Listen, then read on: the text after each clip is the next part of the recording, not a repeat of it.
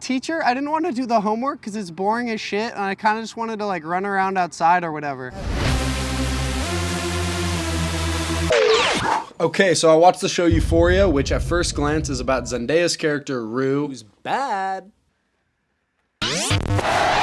Rue likes drugs so much, she just can't stop taking them. She gets into this intimate and crippling relationship with her friend Jules. And they navigate through their crazy-ass high school among, you know, the popular jock psychos, the dramatic girls, and so on. Who the fuck are these jocks anyways? I mean, you see them in movies, but like, you're not that cool just because you're the quarterback. Hey, where did my vape go? But the whole time I was really just trying to figure out, what is the show actually about? So early on in the show, there's a scene where Rue's describing her love for drugs, and my first thought right off the bat was, should this bitch just keep taking drugs? Like low-key, it seems like it's the only shit she likes. And of course that would mean she'd be dead in a few years. She's never really gonna accomplish anything as far as the outside world's concerned. And yeah, she'd basically be giving up on her entire family. But that's not even the reason she should go sober. It's because this isn't even true. Rue or any other addict doesn't give a fuck about anything else because stimulation is blinding. It's like our brains are comparing the sources of dopamine. And this is especially the case if you have an addictive personality. The more one thing satisfies you, the less everything else will. I heard this quote from Naval Ravikant that said, "All pleasure creates its own offsetting pain and fear of loss on the other side." This is why Rue gets so attached to her relationship with Jules. Yo, because the pleasure of being with someone you love can feel like being high.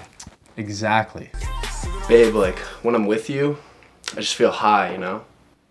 What the fuck is wrong with you? If you're doing drugs every night, you start to look forward to it, then eventually the heightened level of entertainment you experience when you're taking a Jeeb out of your mom's lemonade pitcher becomes the expectation, which makes sobriety kind of boring. Now I could probably offer you some advice on how to cure this cycle of overstimulating yourself. The answer is obviously to limit your intake. And if that was helpful, there'd be no addicts. I literally can't talk shit. I was inhaling nicotine the entire time writing this, but I guess the purpose of this video is, besides clout chasing views off a relevant topic, is to talk about the relationship between being a dopamine fiend and not believing in anything. So there's a scene in the bonus episode of Euphoria where Rue is explaining to Ollie that she doesn't believe in God or any meaningful higher power really. And he said something that kind of stuck with me.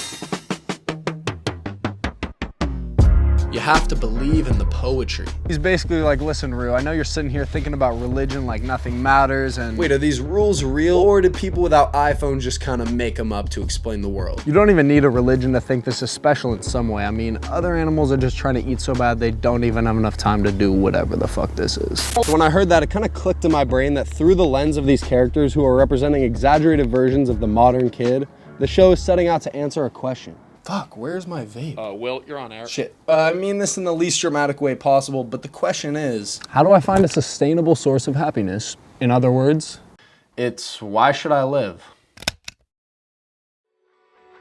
Every time I feel good, I think it'll last forever.